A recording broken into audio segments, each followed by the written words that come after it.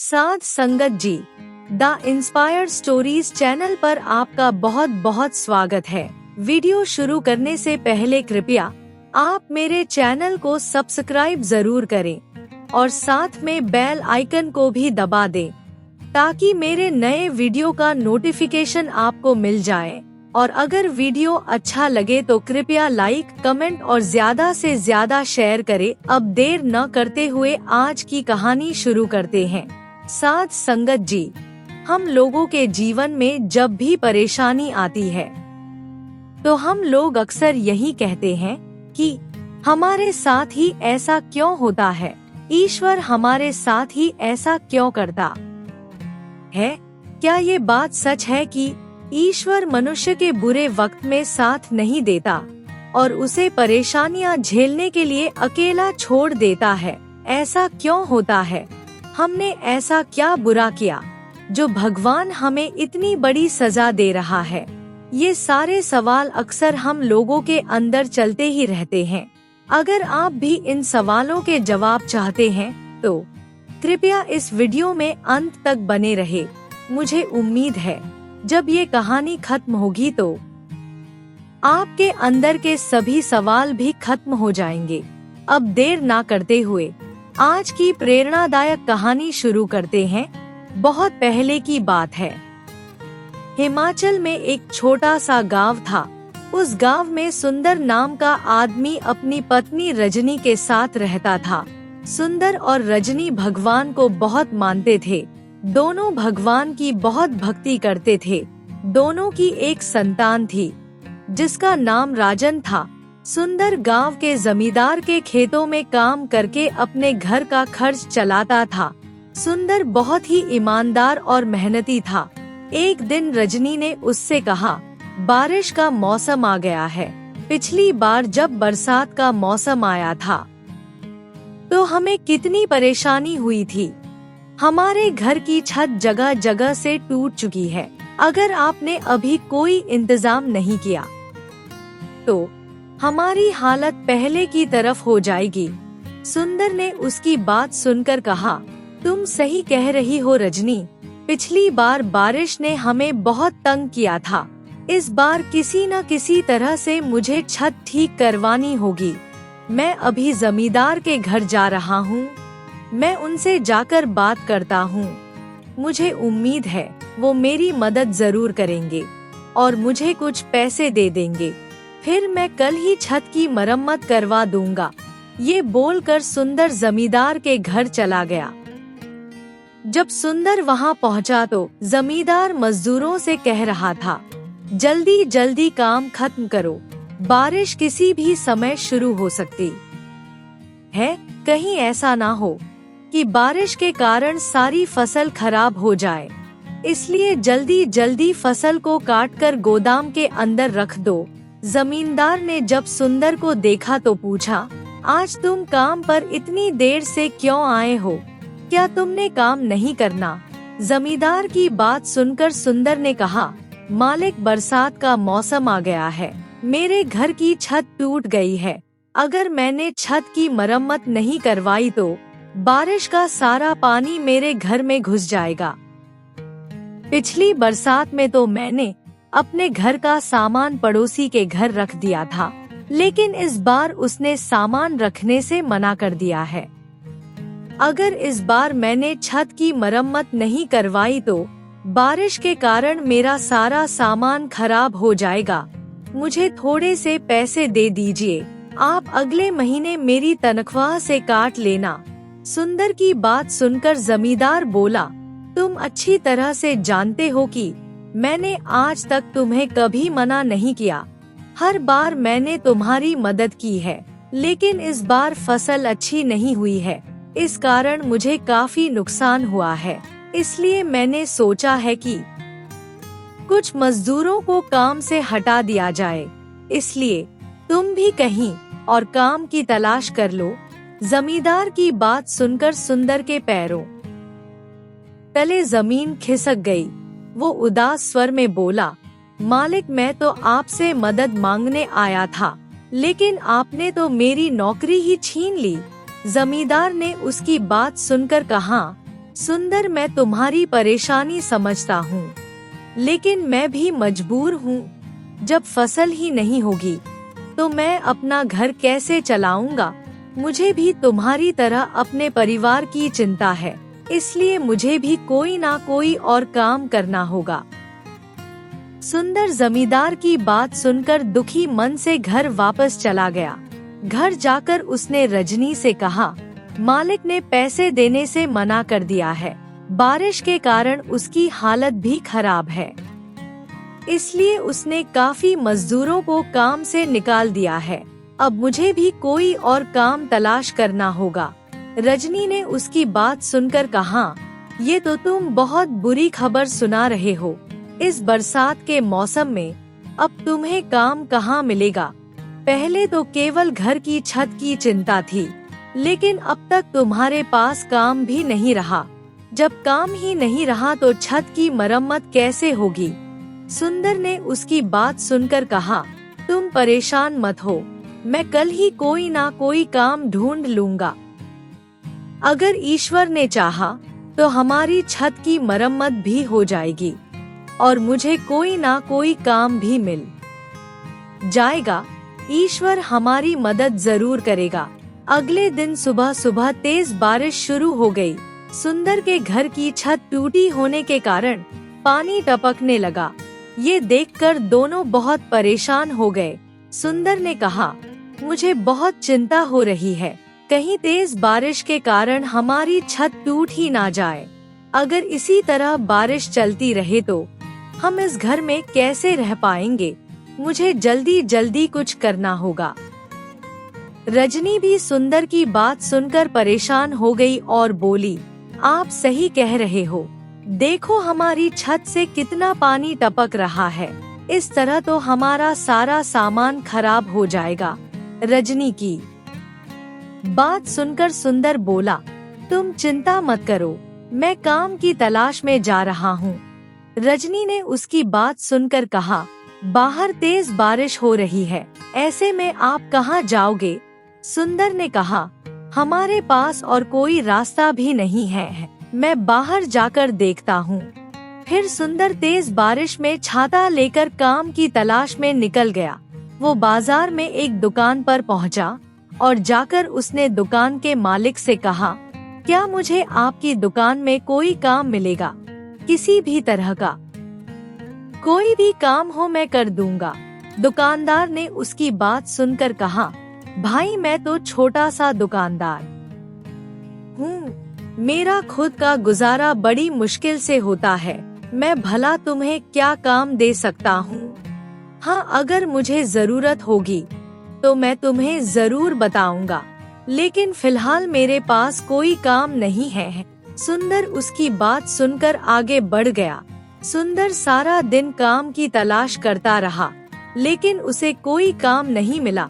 सुंदर सारा दिन चल चल के थक गया था, इसलिए वो एक चाय की दुकान पर बैठ गया, जहाँ पर और भी बहुत सारे लोग बैठे हुए थे और सभी लोग आपस में यही बात कर रहे थे कि इस बार सुनने में आया है कि बहुत बारिश होगी और इस बारिश के कारण गांव में बाढ़ भी आ सकती है। सुंदर उन सब की बातें सुनकर और परेशान हो गया। वो उठकर अपने घर की तरफ चल पड़ा। घर जाकर उसने रजनी से कहा, मैंने हर जगह काम तलाश किया, लेकिन मुझे कहीं भी काम नहीं मिला। अब तुम ही बताओ कि मैं क्या करूं? रजनी ने उसकी बात सुनकर परेशानी से कहा, ये आप क्या कह रहे हो जी? अब तो घर का राशन भी खत्म होने वाला है और आज सुबह से तो राजन की तबीयत भी बहुत खराब है। राजन का शरीर बुखार से तप रहा है, तुम उसके लिए कहीं से दवाई लेकर आओ। सुंदर ने उसकी बात सुनकर कहा, लेकिन रजनी मेरे पास तो पैसे नहीं हैं, फिर मैं राजन के लिए दवाई कहाँ से लाऊं? रजनी ने उसकी बात सुनकर कहा, अगर राजन को दवाई नहीं मिली तो उसकी हालत और खराब हो सकती है, तुम्हें जल्दी कुछ ना कुछ तो करना ही होगा। सुंदर रजनी की बात सुनकर कुछ सोचने लगा और फिर बोला, मैं प्रताप के घर जाता हूँ, वो मेरा बचपन का दोस्त है, वो मेरी मदद जरूर करेगा। फिर सुंदर छाता लेकर तेज बारिश में प्रताप के घर चला गया। वहां जाकर उसने दरवाजा खटखटाया। प्रताप बारिश के कारण जल्दी सोने लगा था। जब उसने दरवाजे की आवाज सुनी तो बोला, अरे इतनी रात में कौन आ गया? रुको मैं अभी आता हूँ। जब प्रताप ने दरवाजा खोला तो सामने सुंदर खड़ा था। उसने सुंदर से पूछा, तुम इतनी रात में तेज बारिश में यहाँ क्या कर रहे हो? कोई परेशानी हो तो बताओ। तब सुंदर बोला, प्रताप भाई, मेरा बेटा बहुत बीमार है। अगर उसे जल्दी इलाज नहीं मिला तो उसकी हालत बहुत ज्यादा खराब हो जाएगी। तुम मुझे थोड़े से पैसे उधार दे दो, मैं तुम्हारा एहसान कभी नहीं भूलूंगा। प्रताप ने सुंदर की बात सुनकर कहा, भाई मैं तुम्हारी परेशानी समझता हूँ, लेकिन मेरी खुद की हालत अच्छी नहीं है। घर के भी खर्चे हैं और बच्चों की पढ़ाई के भी खर्चे हैं, इसलिए मैं तुम्हारी कोई मदद नहीं कर सकता। हो सके तो मुझे माफ कर देना। अगर मेरे पास पैसे होते तो मैं तुम्हारी मदद जरूर करता, लेकिन इस समय मैं मजबूर हूँ। सुंदर ने उसकी बात सुनकर कहा, भाई इस समय बात पैसों की नहीं है, मेरे बेटे की जिंदगी का सवाल है। क्या तुम सच में इस मुश्किल घड़ी में मेरी मदद नहीं कर सकते? प्रताप उसकी बात सुनकर बोला, सुंदर तुम इस तरह की बात क्यों कर रहे हो? मेरी बात को समझने की कोशिश करो। मेरे खुद के हालात इस समय अच्छे नहीं हैं। तुम किसी और से मदद मांग लो, कोई ना कोई तुम्हारी मदद जरूर करेगा। ये कहकर प्रताप ने घर का दरवाजा बंद कर दिया। सुंदर दुखी मन से वहाँ से चल दिया। जब उसका दोस्त प्रताप अंदर गया तो उसकी पत्नी ने पूछा, इतनी रात में कौन आया था? तब प्रताप ने कहा, अरे मेरा वो भिखारी दोस्त सुंदर था। उसका बेटा राजन बहुत ज्यादा बीमार है। वो उसके इलाज के लिए पैसे मांगने आया था। मैंने उसे पैसे देने से इनकार कर दिया। उसकी पत्नी ने ये सुनकर कहा, सुंदर तो आपका बहुत अच्छा दोस्त है। उसने बुरे वक्त में तुम्हारी कई बार मदद की है, फिर तुमने उसे पैसे देने से मना क्यों किया? प्रताप अपनी पत्नी की बात सुनकर बोला, मैं कोई दानवीर नहीं हूँ जो हर किसी की मदद करता फिरूं। रही बात दोस्ती की, दोस्ती मैं केवल तब तक रखता हूँ जब तक मुझे सामने वाले से कोई काम होता है। और मान लो अगर मैंने पैसे उधार दे भी दिए तो वो भला मुझे कहाँ से वापस करेगा? उसकी तो नौकरी भी चली गई है। प्रताप की बात सुनकर उसकी पत्नी ने फिर से कहा, लेकिन मुझे लगता है कि आपको उसकी मदद करनी चाहिए थी। अगर ईश्वर ना करे उसके बेटे को कुछ हो गया तो? प्रताप ने अपनी पत्नी की बात सुनकर कहा, तो मैं इसमें क्या कर सकता हूँ? मैंने क्या उसका ठेका ले रखा है? प्रताप ने अपनी पत्नी की एक ना सुनी और उसे चुप कर दिया। उधर सुंदर बहुत परेशान था। वो कई लोगों से पैसे उधार मांगने गया, लेकिन उसे कहीं से पैसे नहीं मिले। लोगों ने बहाने बनाकर उसे मना कर दिया। सुंदर उन सब की बातें सुनकर बहुत परेशान हो गया। वो सोचने लगा, क्या हमारी मदद कोई नहीं करेगा? क्या ईश्वर गरीब लोगों को ही परेशान करता है? क्या ईश्वर भी हमारी मदद नहीं करेगा? इसी सोच में सुंदर घर पहुंच गया। जब सुंदर घर पहुंचा तो राजन अपनी माँ से कह रहा था कि माँ मुझे बहुत ठंड लग रही है, मेरा शरीर बुरी तरह से कांप रहा है। रजनी ने सुंदर से कहा, आप कुछ करते क्यों नहीं? बच्चे की हालत बुरी तरह से खराब है। सुंदर पहले से परेशान था। वो गुस्से में राजन से बोला, अरे तुम मरते हो तो मर जाओ, तुम्हें भी पता चलना चाहिए कि तुम गरीब बाप के घर पैदा हुए हो। मैं थक गया हूँ लोगों से पैसे मांग मांग कर, लेकिन कोई भी पैसे देने को तैयार नहीं। अब मैं चोरी चकारी तो कर नहीं सकता। रजनी ने उसकी बात सुनकर कहा, आप ऐसा मत बोलो, आप एक बार सरपंच के पास जाओ, मुझे उम्मीद है वो हमारी मदद जरूर करेंगे। आप सरपंच को बता देना कि हमारा बच्चा बीमार है और उसे इलाज की सख्त जरूरत है। सुंदर उसकी बात सुनकर घर से बाहर निकल गया और सरपंच के घर पहुंचकर उससे कहा, मालिक, मेरा बच्चा बहुत बीमार है, उसे इलाज की सख्त जरूरत है, लेकिन मेरे पास बिल्कुल भी पैसे नहीं हैं जिससे मैं अपने बेटे का इलाज करवा सकूं। मैंने गांव में सभी से पैसे मांगे, लेकिन किसी ने मेरी कोई मदद नहीं की। मालिक, अब केवल आप ही मेरी मदद कर सकते हो। सरपंच ने उसकी बात सुनकर कहा, सुंदर, मुझे तुम्हारी बात सुनकर बहुत दुख हुआ। मैं जानता हूँ बुरे वक्त में कोई भी किसी की मदद नहीं करता।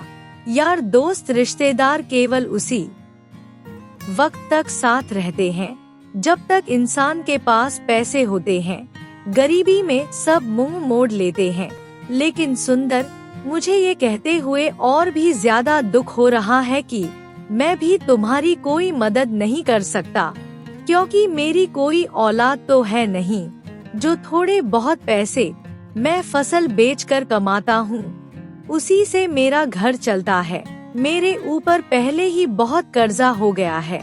सरपंच की बात सुनकर सुंदर का मन बुझ सा गया। वो बोला, कोई बात नहीं सरपंच जी, जब अपनों ने ही कोई मदद नहीं की तो फिर आप क्या कर सकते हैं। अब तो सब कुछ ईश्वर के हाथ में है। अगर ईश्वर चाहेंगे तो ही कुछ होगा। ये बोलकर सुंदर दुखी मन से अपने घर की तरफ वापस चल पड़ा। वो मन ही मन सोचने लगता है कि आज लोगों ने साबित कर दिया कि कोई भी किसी का अपना नहीं होता। बुरे वक्त में कोई भी किसी का साथ नहीं देता। सुंदर ये सोचता हुआ अभी जा रहा था कि तभी पेड़ की एक शाखा टूटकर उसके सर पर गिर पड़ी और सुंदर सर पर चोट लगने के कारण बेहोश होकर जमीन पर गिर पड़ा। उसी रास्ते से एक आदमी बैलगाड़ी पर जा रहा होता है। तभी उसकी नजर जमीन पर गिरे हुए सुंदर पर पड़ती है।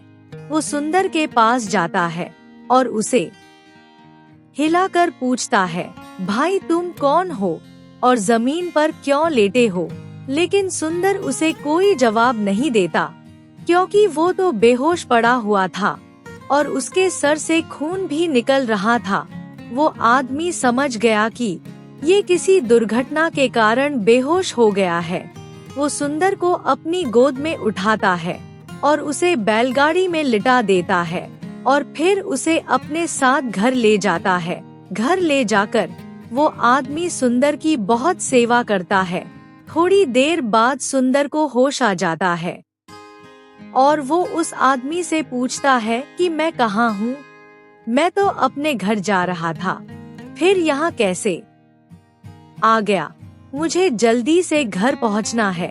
तब उस आदमी ने सुंदर को बताया कि तुम रास्ते में बेहोश पड़े थे और तुम्हारी हालत काफी खराब थी। तुम्हारे सर से खून भी निकल रहा था, इसलिए मैं तुम्हें अपने घर ले आया। तुम्हारी हालत अभी ठीक नहीं है, इसलिए अभी तुम्हारा घर जाना ठीक नहीं होगा। तुम्हें आराम की सख्त जरूरत है। जब तुम ठीक हो जाओ तब अपने घर चले जाना। सुंदर ने उस आदमी से कहा, आप तो मुझे जानते भी नहीं, फिर भी आपने मेरी मदद की और अपने साथ मुझे अपने घर ले आए और मेरी अच्छे से देखभाल की। तब उस आदमी ने सुंदर से कहा, खुद की मदद करना ही सब कुछ नहीं होता, बल्कि हम सभी मनुष्यों को एक दूसरे की मदद करनी चाहिए। जब कोई परेशान हो तो हमारा फर्ज बनता है कि उसकी मदद करें। हो सकता है तुमने अब तक बुरे लोगों को ही देखा हो, आज भी दुनिया में कुछ अच्छे लोग मौजूद हैं। फिर उसने सुंदर से पूछा कि तुम बेहोश कैसे हो गए थे और तुम काफी परेशान भी नजर आ रहे हो, क्या बात है। तब सुंदर ने उससे कहा, मेरा बच्चा बहुत बीमार है, मेरे पास उसके इलाज के लिए एक पैसा भी नहीं है। मैंने सभी से अपने बेटे के इलाज के लिए मदद मांगी, लेकिन किसी ने मेरी कोई मदद नहीं की। फिर एक आखिरी उम्मीद लेकर मैं गांव के सरपंच के पास गया, लेकिन उन्होंने भी पैसे देने से मना कर दिया। मैं इसी सोच में डूबा वापस जा रहा था, तभी एक पेड़ की शाखा मेरे सर के ऊपर गिरी, जिसके कारण मैं बेहोश हो गया। उसके बाद मुझे कुछ याद नहीं रहा। जब आँख खुली तो आप मेरे सामने थे। सुंदर की बात सुनकर उस आदमी ने कहा, छोटे भाई, तुम बहुत मुसीबत के मारे लगते हो। अब तो तुम्हारे बेटे की तबीयत और भी खराब हो गई होगी, इसलिए तुम एक काम करो, जल्दी से अपने घर जाओ और अपने बच्चे का इलाज करवाओ। उस आदमी ने सुंदर को बहुत सारे पैसे दिए और कहा, इन पैसों से तुम अपने बच्चे का इलाज और अपने घर की छत ठीक करवा लेना, और जो पैसे बच जाए उससे तुम कोई काम धंधा शुरू कर लेना। ईश्वर तुम्हारी मदद जरूर करेगा। जब कभी तुम्हारे पास पैसे हो तब मुझे वापस कर जाना। सुंदर को वो आदमी फरिश्ता लगा। सुंदर ने उसका धन्यवाद किया और कहा, आप मेरे लिए किसी भगवान से कम नहीं हो। मैंने देवी देवताओं का नाम तो जरूर सुना था, लेकिन उन्हें कभी देखा नहीं था, पर आज मैंने आपके रूप में उन्हें देख लिया। मैं आपका एहसान जिंदगी भर नहीं भूलूंगा। सुंदर की बात सुनकर वो आदमी बोला, छोटे भाई, ये कोई बड़ी बात नहीं है।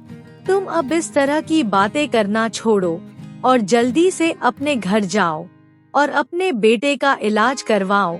सुंदर पैसे लेकर जल्दी जल्दी अपने घर की तरफ चल पड़ा। उसके बाद दोनों पति पत्नी राजन को लेकर डॉक्टर के पास चले गए। कुछ ही दिनों में राजन ठीक हो गया। एक दिन रजनी ने सुंदर से कहा, आपने मुझे बताया नहीं कि आप उस दिन पैसे कहाँ से लाए थे। तब सुंदर ने कहा, वो पैसे मुझे एक अनजान आदमी ने दिए थे। मैं तो उसे जानता भी नहीं था कि वो कौन है, लेकिन वो आदमी मेरे लिए किसी भगवान से कम नहीं था। उसने मेरी देखभाल भी की और उसके बाद मुझे पैसे भी दिए। जब मैंने उसका नाम पूछा तो उसने मुझे अपना नाम बताने से साफ इनकार कर दिया। मैं उसे जंगल में बेहोशी की हालत में मिला था। उसने मुझे कहा था कि कुछ पैसों से अपने बच्चों का इलाज करवा लेना और बचे हुए पैसों से कारोबार कर लेना। सुंदर की बात सुनकर रजनी हैरान रह गई। वो सोचने लगी, इस दुनिया में आज भी इस तरह के मनुष्य हैं। उसने कहा, आप सही कहते हो, वो आदमी किसी भगवान से कम नहीं है। तब सुंदर ने कहा, रजनी, मैं सोच रहा हूँ कि मेरे पास अभी बहुत सारे पैसे बचे हुए हैं। क्यों ना इन पैसों से कोई काम धंधा शुरू कर लूं, लेकिन मेरी समझ में नहीं आ रहा कि मैं क्या काम करूं। रजनी ने उसकी बात सुनकर कुछ देर सोचा और कहा, हमारे घर के सामने थोड़ी सी जमीन है, अभी बारिश का भी समय है, वहाँ पर सब्जी आसानी से उग सकती है। मैं यहाँ सब्जी उगाऊंगी और आप उसे बाजार ले जाकर बेचना। इसके साथ साथ मंडी से आप फल भी लाकर बेच सकते हो। सुंदर को रजनी की बात अच्छी लगी। उसने कहा, तुम सही कहती हो, मुझे उम्मीद है ईश्वर इस काम में हमारी मदद जरूर करेंगे। अगले दिन सुबह सुबह सुंदर मंडी गया और वहाँ से फल लाकर उसने बाजार में बेचने शुरू कर दिए। इसके साथ साथ रजनी ने घर के सामने पड़ी हुई खाली जमीन पर सब्जी उगानी शुरू कर दी। कुछ ही दिनों में उनकी मेहनत रंग लाई और उनकी दुकान अच्छी चलने लगी।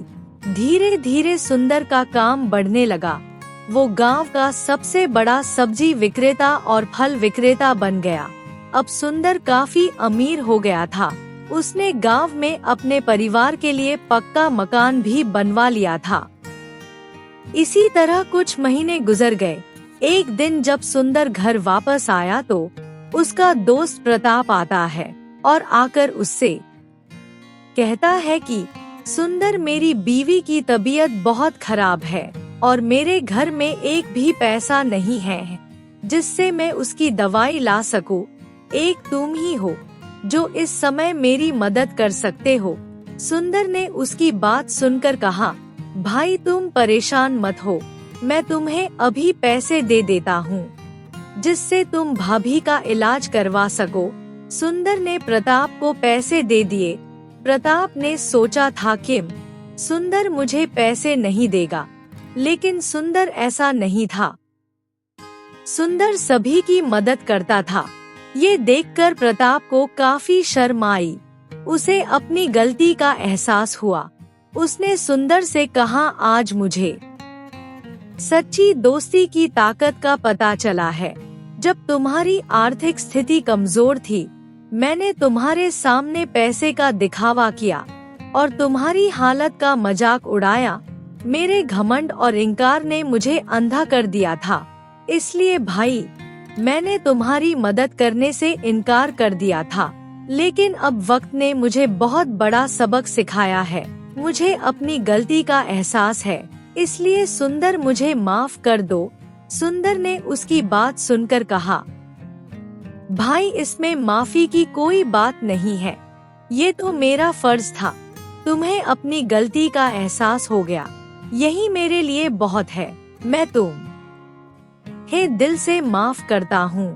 अब तुम जल्दी से घर जाओ और भाभी का ख्याल रखो, और अगर किसी चीज की और जरूरत हो तो मुझे बोलना। प्रताप अपने घर चला गया। उसके जाने के बाद सुंदर ने रजनी से कहा, अब हमारा काम काफी अच्छा चल रहा है और हमारे पास काफी पैसे भी जमा हो गए हैं। ईश्वर की कृपा से सब कुछ बढ़िया है। मैं सोच रहा था, क्यों ना मैं उस भले आदमी के पैसे वापस कर दूं। रजनी ने उसकी बात सुनकर कहा, आप सही कह रहे हैं। उस आदमी ने आपके बुरे वक्त में आपकी काफी मदद की थी। उसी मदद के कारण आज आप यहाँ पहुँचे हैं, इसलिए आप उसके पैसे वापस कर दो। सुंदर ने पैसे लिए और उस आदमी को वापस करने के लिए चल पड़ा। जब सुंदर उसके घर पहुँचा तो उसे वहाँ कोई दूसरा ही आदमी मिला। सुंदर ने उससे पूछा, भाई यहाँ एक आदमी रहता था पहले, मुझे उससे मिलना है। उस आदमी ने कहा, कौन आदमी, उसका नाम क्या है? सुंदर ने कहा, मैं तो उसका नाम नहीं जानता, लेकिन वो बहुत ही नेक और दयालु था। वहाँ रहने वाले आदमी ने कहा, यहाँ ऐसा कोई आदमी नहीं रहता। ये मेरा घर है, मैं पिछले 30 सालों से यहाँ रह रहा हूँ। सुंदर उसकी बात सुनकर चकरा गया और बोला, अरे भैया, मैं कैसे भूल सकता हूँ। वो आदमी मुझे यहीं पर लेकर आया था। मैं यहाँ लगभग 5 से 6 घंटे तक रुका था। उस आदमी को सुंदर की बातों को सुनकर गुस्सा आ गया और वो बोला, आप क्यों फालतू बातें करके मेरा समय खराब कर रहे हैं? मैं आपको कितनी बार बताऊं कि यहाँ मेरे सिवा और कोई नहीं रहता। अब तुम यहाँ से जाओ और मुझे मेरा काम करने दो। सुंदर की समझ में कुछ नहीं आ रहा था। वो वापस अपने घर पहुँचा। घर जाकर उसने रजनी से कहा, आज मुझे बड़ी अजीब स्थिति का सामना करना पड़ा।